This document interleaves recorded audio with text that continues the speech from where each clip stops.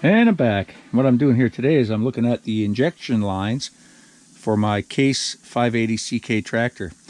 I got the 188 diesel in there, and this thing sat in the bush for a number of years, and there was leaves down in amongst all this stuff and behind the injection pump and behind these lines, and there's some corrosion on the lines. And I noticed in one of the videos where I was trying to start the engine, that's after I rebuilt the pump. And you know, if you've seen you can go back on my channel, you can look up here. I put a link in the top of the video right there. Actually right over here, I put a link to rebuilding the pump, and then subsequent videos about trying to start the engine. And in one of the clips, I noticed a little spray coming out of one of these lines. So I've got a pinhole somewhere, and I've called around trying to find replacement lines for this thing. It's just about impossible to find. I did get a hold of the Case dealership, and they wanted $350 for one of these lines.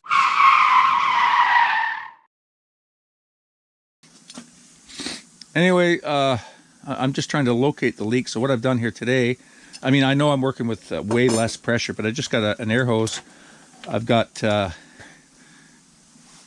clamp between two pieces of rubber and a vise, and I've been putting air into the end of the line like that, and then brushing on a soapy water solution to see if I could find anything. But I didn't see anything because, you know, injection pressures are probably, 3,000 PSI, and I just don't have that. I'm not representing that here at all. So I thought by maybe trying that, I would maybe find the leak. So what I'm going to do is I'm going to reinstall these on the tractor, and we're going to try and flash it up again. And I'm going to keep careful watch for where that little pinhole is. I'll mark it. And then I think what I'm going to do as an initial step, while I continue to look online and elsewhere for replacement lines, actually there's something right there. Is if any of you watching have a source on either new or used, probably used would be better for me, a good set of used injection lines for the 188 diesel for a Case 580 CK, mine's a 1968, look in the description, and you can find an email address for me for business inquiries, it says. So you could just find that email address and email me, and maybe you've got yourself a sale for some secondhand lines. Anyway, that said, what I'm going to do is I'm going to put these on the tractor. We'll show you that whole process. We'll put them on, and we'll see if we can flash this thing up. And it may start. It's not wanting to start, so the problem is probably the injection pump, even though I put a kit in it. We'll see. What I did before I took this all apart last fall was I took the injectors out. They were new injectors anyway, but I took them out. I took out the injectors, and I poured a quarter of a can of seafoam down each cylinder. So a whole can of seafoam between 4 cylinders I poured down, and it's been soaking like that for about 6 months. So it's getting, I'm wanting to see if I can get this thing started. So that's the plan. But anyway, like I say, if anybody that's watching has a source for these injection lines, I'd be gratefully appreciated if you could contact me and see, I'll pay a reasonable price for them. I really don't feel like paying $351 for one line. But, depending on what you've got, I might consider what you have for a reasonable price. What I was noticing when it was running was a little, spray every now, on a certain injection line. And of course, I didn't mark it at the time. Plus, these were all full of paint. If you look in the video, you'll see that these were all heavily painted. So the other day, what I did was I cleaned all the paint off. And I mean, there is some spots where there's corrosion and stuff. I don't know if it goes all the way through. But what I was going to do was, if I could find it, I'd clean up that spot really well, and I was going to try JB Weld on it. Not just a thin amount of JB Weld either. I was going to put like a little cube of it, an inch either side of the pinhole, and see if I could get that to adhere and let it set up. And maybe that would be enough just to block that little pinhole. But I think that the problems starting this tractor are deeper than just a weeping or a pinhole in the injection line. Because it should still kick over and fire even if it was 3 cylinders. Anyway, you never know. We're going to get back into this. And, okay, let's go over there and put these lines on the injection pump and put in the injectors, hook it up, and give it a try and see what happens. And I'm back. What I got here today is my 580 CK tractor, 1968, and back to seeing if I can get this thing to turn over and fix those injection lines and get it to start. Maybe, well, that might be a long list for today, but let's just start with, I've uncovered it. It's been sitting here for 6 months, and I've had seafoam down in the cylinders. And so what I'm going to do, there's a 1/2 inch square on the front of the crankshaft, so I'm going to use a bar, and I'm just going to bar the engine over a few times, and then hopefully we can get it to roll over with the starter and blow that seafoam out of the cylinders. Then we're going to install the injectors and the lines and go from there. Yeah, it'll turn. It'll turn.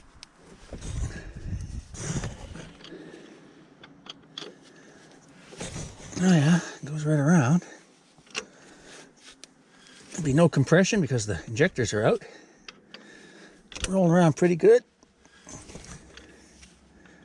A couple of turns like that should be okay. Okay, so we've confirmed that the engine is free. Okay, so I had the battery out and charged it up. And the positive wants to come around. Oh, the weather's going to turn on me again. I can't believe it's going to rain again. The sun was out 5 minutes ago. Okay, I got the battery hooked up. Okay, now we know we're in neutral.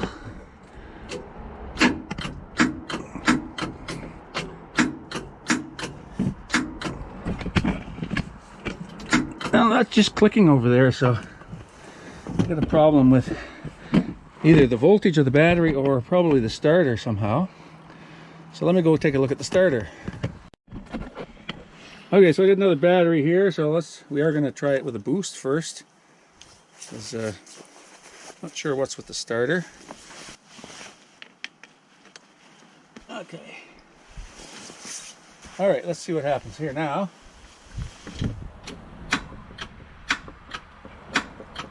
Okay, so it can't be the batteries. Okay, so I got a problem with my key switch, I think. Okay, I can get it to roll over down here. Watch this. See, like...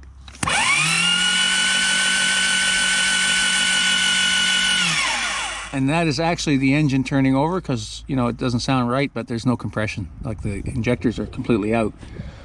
I could see the flywheel turning with that happening. So either got bad contacts in the solenoid or a problem with my key switch. So I'm gonna take a look at that and see if I can figure it out. Okay, so the starter is out. And you can see that's a wet clutch, right? So there's hydraulic fluid down in here, and there has to be a seal on this type of starter to keep the oil from going back into the motor, okay? The starter motor, that is. All right, let's take a look at this. Now this was a brand new starter, you know, a couple of years ago, and you know, I've never really got this starter to make the tractor work. So the tractor hasn't, you know, this hasn't run a lot, but I have tried, you know, to crank the engine over, you know, many times to get it to go. And you can see that if you look at the top of the video there on the right hand side top, you'll see links to other attempts to start this tractor. It's been a long saga.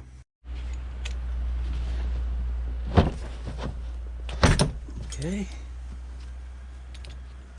And that solenoid's never been off there since I've owned it. It's been, you know, it came as a unit, brand new starter and solenoid together. Maybe it's just a little corroded in there. It's been sitting around now for about 8 months. So, yeah, things happen. All right, let's see what we got.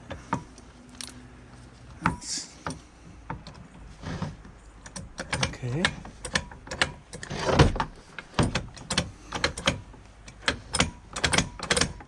Huh. Boot.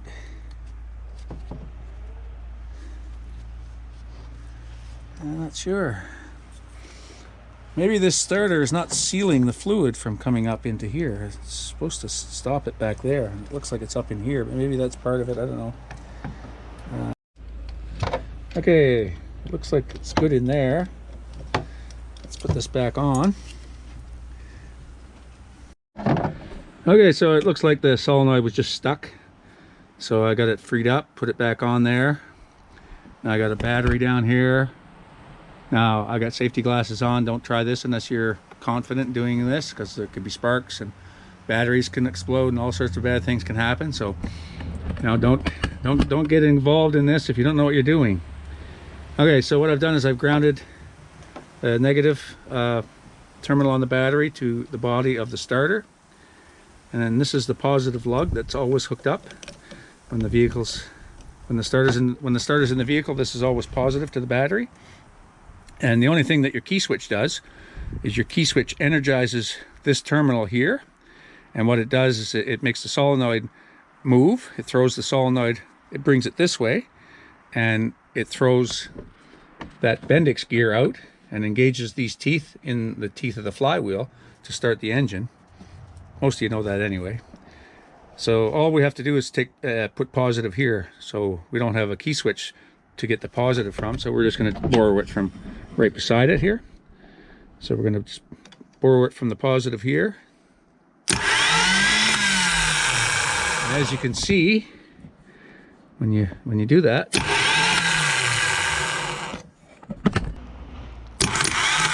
just like the key would do, that would be like the starter position of the key switch. And there it goes.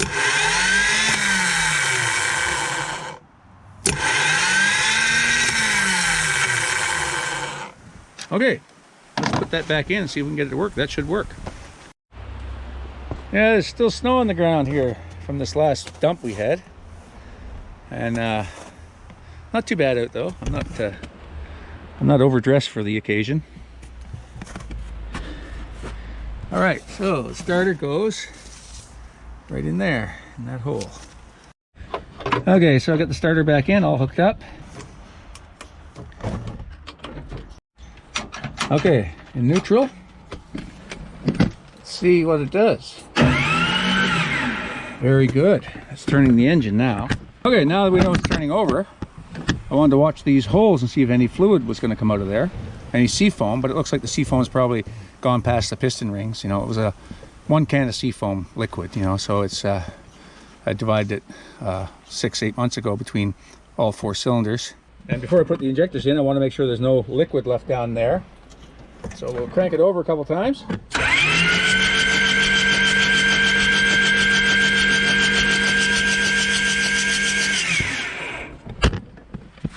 Now that sure doesn't sound like much, but and you'll see the fan's not turning, but the belt isn't hooked up. The flywheel, the crankshaft is certainly turning. That wouldn't turn anyway, not until we get that hooked up. But for starting purposes, we don't need that hooked up, but just as long as we don't run the engine for more than a minute or something. So because the water pump won't turn with that belt off. Okay, all right, we got that blown out. It looks good. Let's put the injectors in. Okay, so here's the 4 injectors and the spacers and the hold down bolts, and these are return lines and the little T's that they hook up to. So to see how this all goes together, it's probably easier for you to just go up and look in the top right of the video there, suggested videos, and it shows when I put these new injectors in last year. So that's a a better video than what I'm going to show you here today. So I'm just going to move forward to putting these in, and we'll get back to you in a few minutes once they're installed. Okay, so I lied. I'm going to show you me putting a couple of them in anyway.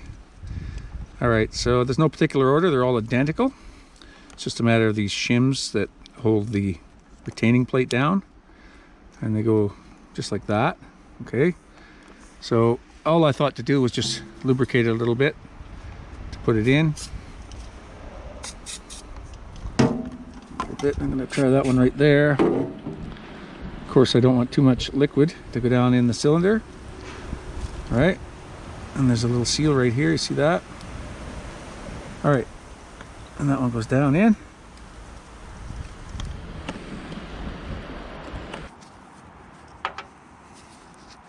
Okay, so there's a couple sitting down in there.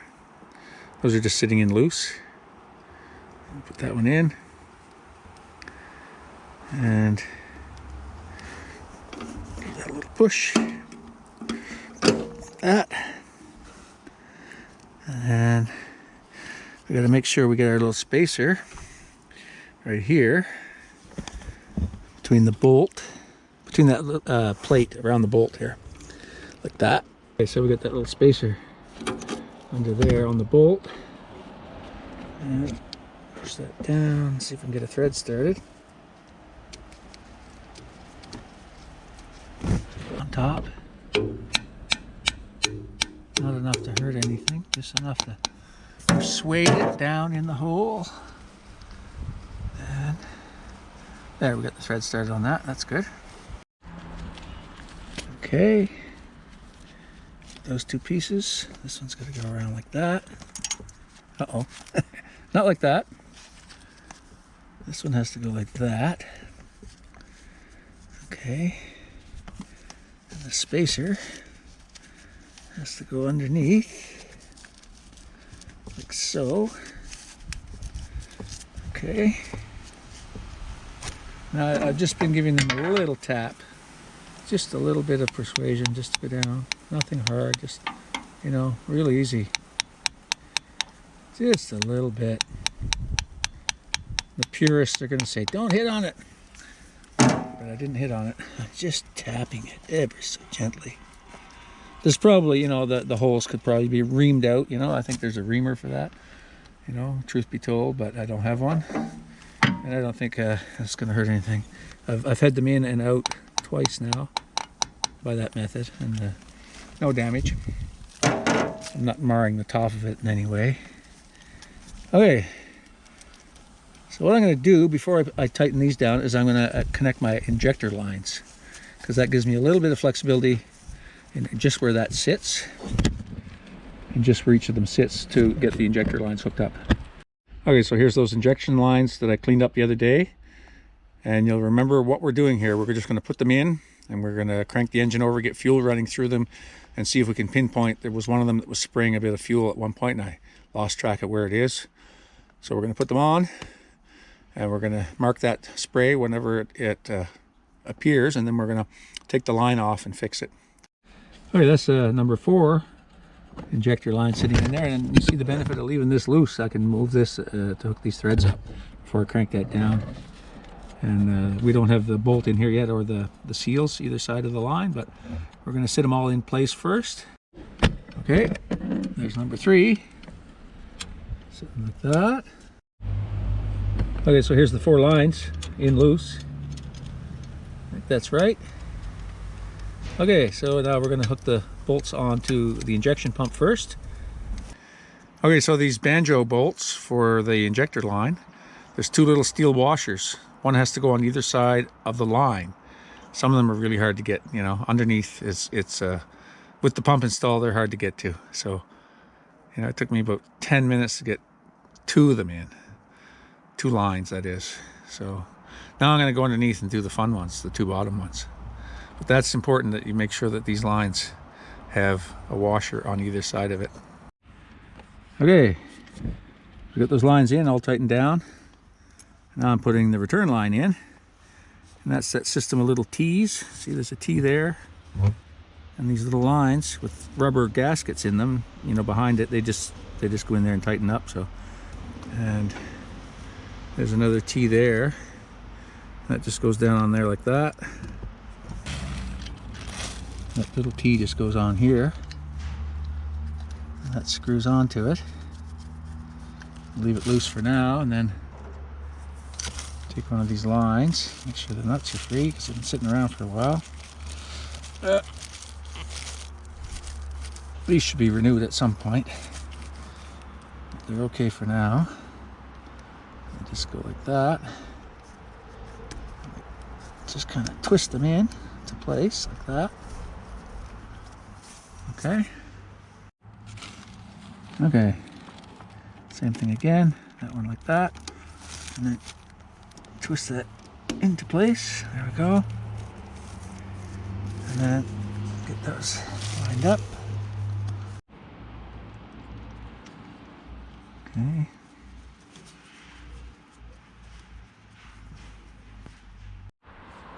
Okay, it's all hooked up. And I just turned the fuel on. I checked the oil. The oil's good. And you know, some of that sea foam is probably down. It's gone through into the sump a bit, but I'm not worried about that because sometimes people put sea foam into the sump to, you know, clear the oil before they do an oil change. So I'm not worried about a bit of sea foam down in there for now. Check the rad. And like I said, the fan's not hooked up, but that's okay. But there's coolant in the engine. And this is not a start test. I don't expect it to start. However, it may go. I'm not going to engage the intake manifold heater. There's no glow plugs on this thing. There's an intake manifold heater. I'm not going to put that on right away. I'm just going to try and crank it over, see if I can identify that line that's leaking, and we'll go from there. And you never know, might kick over. Okay, ladies and gentlemen, let's go. Okay, here we go. First crank in what's that, about 8 months. Let's see if it's going to go.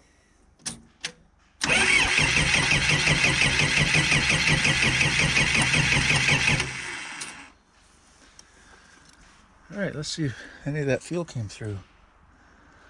Let's crack those injector lines and see what happens here. Like I say, it's been a long road on this old girl, so I don't hold out a lot of hope that it's just going to start like that on a whim.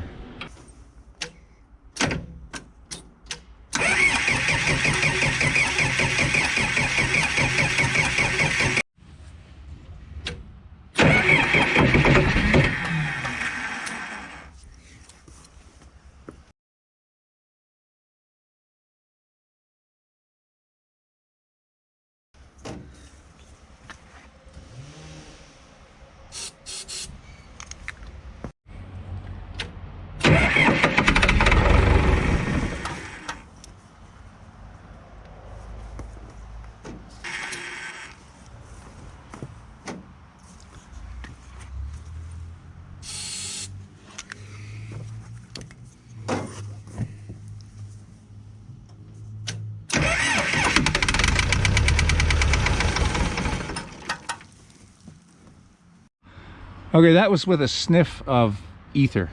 Okay, I don't usually like to use that stuff, but I just wanted to see if it was going to kick. And it still hasn't run enough to bring fuel up through. So, and now I'm dealing with dead batteries again. This is a very familiar theme. So, okay, we got it that far. That'll probably wind up this video. I'll be bringing you back real soon once I get those batteries charged up. And hopefully we can wind it over enough to get fuel to come through the pump again. And yeah, it's promising. I mean, I think, you know, realistically, you know, my impressions are, and what they have been since I rebuilt the pump, is that it's probably wear in the pump. It's not probably delivering as much as it should. And I think, you know, just to prove it, you know, a little sniff of ether, it just takes right off. It wants to go. So it's a fuel problem, I think. The timing is right, as far as I know. I've gone through it, you know, several times. I've adjusted the valves. Okay, so that's all for today. Thank you very much for watching. Okay, and don't forget to leave a comment or 2 or 3 down below. Give me a thumbs up if you like. That really helps the analytics for my channel. And we'll see you again here real soon on Everyday Projects. Bye for now.